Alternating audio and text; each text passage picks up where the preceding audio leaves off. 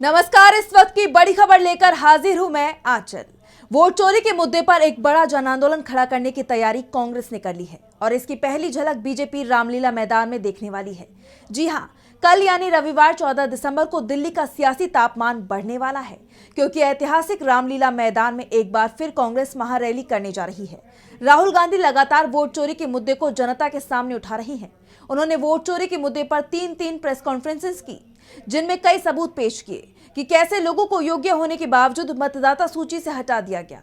Vote छीनने के इस खेल को राहुल गांधी ने वोट चोरी का नाम दिया है और इस आरोप के साथ एक नारा चस्पा हो चुका है, वोट चोर गद्दी छोड़। तो इसी नारे को और बुलंद करते हुए कल कांग्रेस महारैली करने जा रही है और इसके साथ बीजेपी को ये क्लियर मैसेज दे रही है कि अब केवल बंद कमरों के मंचों से नहीं, बल्कि खुले मंचों से जनता ऐलान करेगी कि वोट चोरी को हर हाल में रोका जाएगा। लोकतंत्र और संविधान बचाने के लिए कांग्रेस अब एक नया जन आंदोलन खड़ा कर रही है। तो इस जन आंदोलन से कैसे गरमाने वाली है देश की सियासत, इसे समझते हैं, लेकिन उससे पहले सुन लेते हैं राहुल गांधी का ये मैसेज। इसी कह रहा है कि हम फ्री एंड फेयर इलेक्शन करा रहे हैं और उनके डेटा में एक असेंबली में 1 लाख पे वोटर्स। हम हिंदुस्तान के युवाओं से कह रहे हैं, हिंदुस्तान की जनता से कह रहे हैं, ये आपका भविष्य है, गरीबों का भविष्य है, ये आपके आंख के सामने पूरा का पूरा सिस्टम चोरी किया जाए।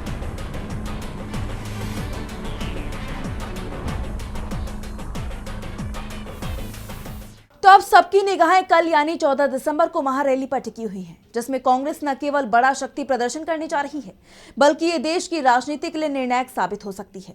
आप जानते हैं कि राहुल गांधी एक नहीं बल्कि कई मंचों से चुनाव आयोग से अपील कर चुके हैं कि वो अपने संवैधानिक दायित्वों को अच्छे से निभाएं और बीजेपी के दबाव में आए बिना काम करें। और अगर चुनाव आयोग ऐसा नहीं करता है तो फिर राहुल ये चेतावनी भी दे चुके हैं कि जब कांग्रेस सत्ता में आएगी तो फिर वोट चोरी के दोषियों को दंडित करेगी। अभी संसद में भी राहुल ने ये चेतावनी दी थी। And I want to assure the election commissioner that they might be under the impression that this law lets them get away with it.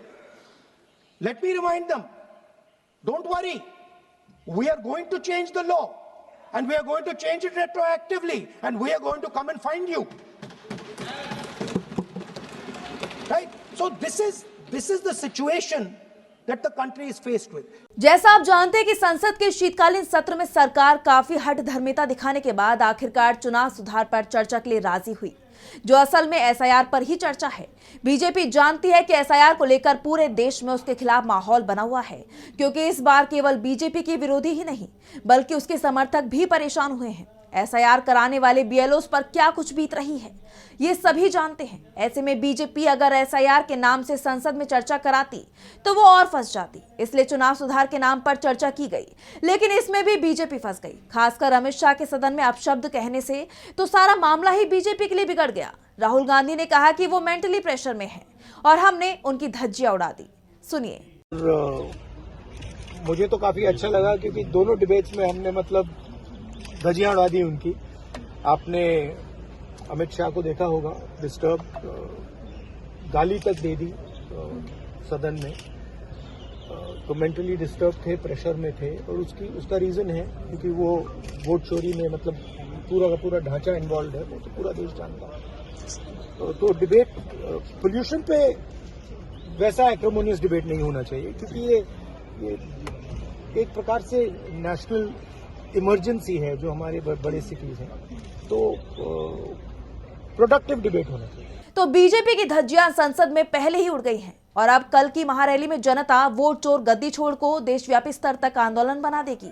तब बीजेपी का क्या हाल होगा, समझा जा सकता है। आपको बता दूं कि कांग्रेस इस रैली के लिए कई दिनों से मेहनत कर रही है। वैसे तो बिहार में भी राहुल गांधी ने तेजस्वी यादव के साथ मिलकर वोटर अधिकार यात्रा निकाली थी और उसमें भी जनता का भारी समर्थन मिला था। लोगों ने खुद आकर शिकायतें की थी कि कैसे उन्हें जबरन वोटर लिस्ट से हटाया गया है, लेकिन ये यात्रा केवल एक राज्य के एक हिस्से तक ही सीमित रही। लेकिन अब तो इसे राष्ट्रीय आंदोलन की तरह खड़ा किया जा रहा है। कांग्रेस अब संसद से सड़क की लड़ाई पर आ गई है, जो बीजेपी के लिए बड़ी चुनौती है। इस महारैली में कांग्रेस की दिल्ली इकाई भी नए सिरे से खुद को संगठित कर रही है, क्योंकि एक वक्त था जब दिल्ली में कांग्रेस मजबूत थी। अब फिर से उसी मजबूती को पाने की कोशिश हो रही है। वोट चोर गद्दी छोड़ रैली की तैयारियों के लिए दिल्ली प्रदेश कांग्रेस कार्यालय में सोमवार को एक महत्वपूर्ण बैठक हुई। इस बैठक ने न सिर्फ राजनीतिक तापमान बढ़ा दिया, बल्कि ये भी साफ कर दिया कि कांग्रेस इस रैली को ऐतिहासिक बनाने के लिए पूरी ताकत झोंक चुकी है। दिल्ली प्रदेश कांग्रेस अध्यक्ष देवेंद्र यादव की अगुवाई में हुई इस बैठक में 14 दिसंबर को रामलीला मैदान में होने वाली विशाल रैली की तैयारियों पर विस्तृत चर्चा हुई। देवेंद्र यादव ने बताया कि रैली के लिए एक विशेष कंट्रोल रूम बनाया गया है, जहां कार्यकर्ता प्रत्येक वार्ड से भेजी गई 70 कार्यकर्ताओं की सूची पर लगातार कॉलिंग कर रहे हैं। उद्देश्य साफ है, हर बूथ से अधिकतम कांग्रेस कार्यकर्ताओं की भागीदारी सुनिश्चित करना। यादव के मुताबिक सारी तैयारियां पूरी कर ली गई हैं और इस बार दिल्ली कांग्रेस की भागीदारी ऐतिहासिक रहने वाली है। दिल्ली प्रदेश कांग्रेस अध्यक्ष ने बताया कि वो खुद बादली विधानसभा से आने वाली बस में बैठकर रामलीला मैदान पहुंचेंगे।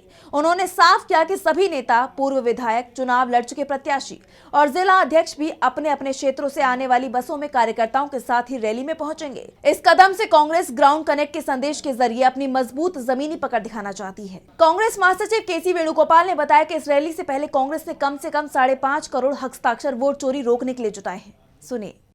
Indian National Congress is doing a massive signature campaign against the vote chori all over India. So far we have got 5 crore 50 lakhs signature. 5 crore 50 lakhs people are signed in our memorandum to the Rashtrapati. Basically now Rahul Gandhi ji had done 3 press conferences taking the issue of vote chori, and Rahul ji demonstrated with evidences how vote chori happening in these elections in Karnataka, in Maharashtra, in Haryana, and latestly Bihar also. So he raised a pertinent question to the Election Commission of India. तो वेणुगोपाल कह रहे हैं कि कांग्रेस पूरे भारत में vote चोरी के खिलाफ एक व्यापक हस्ताक्षर अभियान चला रही है। अब तक 5.5 करोड़ हस्ताक्षर जमा किए गए हैं, यानी इतने नागरिकों ने भारत के राष्ट्रपति को सौंपे जाने वाले ज्ञापन का समर्थन किया है। वेणुगोपाल ने कहा कि वोट चोरी पर 3 प्रेस कॉन्फ्रेंस में राहुल गांधी ने सबूतों के साथ दिखाया कि चुनावों में वोट चोरी कैसे हो रही है। उन्होंने भारत के चुनाव आयोग से कई सवाल किए, चुनाव आयोग इनका जवाब क्यों नहीं दे रहा है। राहुल गांधी ने भारत के गृह मंत्री को इन 3 प्रेस कॉन्फ्रेंस में उठाए गए मुद्दों पर बहस करने की चुनौती भी दी, लेकिन गृह मंत्री ने कोई जवाब नहीं दिया। अब पूरा देश इस वोट चोरी से अवगत है और वोट चोर गद्दी छोड़ एक राष्ट्रीय नारा बन गया है। उन्होंने कहा कि भारतीय राष्ट्रीय कांग्रेस इस मुद्दे को उजागर करने के लिए 14 दिसंबर को एक विशाल रैली आयोजित कर रही है। हमें इस देश के लोकतंत्र को बचाना है। हम इस ज्ञापन को सौंपने के लिए भारत के राष्ट्रपति से व्यक्तिगत मुलाकात का अनुरोध करते हैं। वहीं कांग्रेस के तमाम नेता अपने अपने राज्य और क्षेत्र के कार्यकर्ताओं को इस रैली को सफल बनाने के लिए उनमें जोश भर रही हैं। यूपी कांग्रेस के अध्यक्ष अजय राय ने जो कुछ कहा, सुनिए। नमस्कार मेरे भाइयों और बहनों, आगामी 14 तारीख को रामलीला मैदान में SIR को लेकर, वोट चोरी को लेकर एक बड़ी रैली होने जा रही है। मैं अपने सभी भाइयों से, बहनों से, अपने सभी परिवार के लोगों से आग्रह करूंगा कि इस रैली में मजबूती के साथ अपनी भागीदारी सुनिश्चित करें, जिसको हमारे नेता आदरणीय राहुल जी ने और हमारे कांग्रेस के लोगों ने जो मुद्दा उठाया है, उस मुद्दे को पूरा समर्थन करें, साथ दें। हम सब लोग पूरी ताकत के साथ खड़े हैं और जो आज देश के अंदर जो वोट चोरी का मुद्दा है वो घर घर के अंदर है।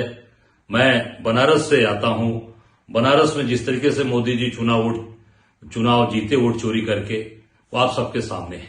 ये सारी बातों को लेकर हमारे नेता आदरणीय राहुल जी, आदरणीय खड़गे जी और सभी वरिष्ठ नेतागण अपनी बात रखेंगे।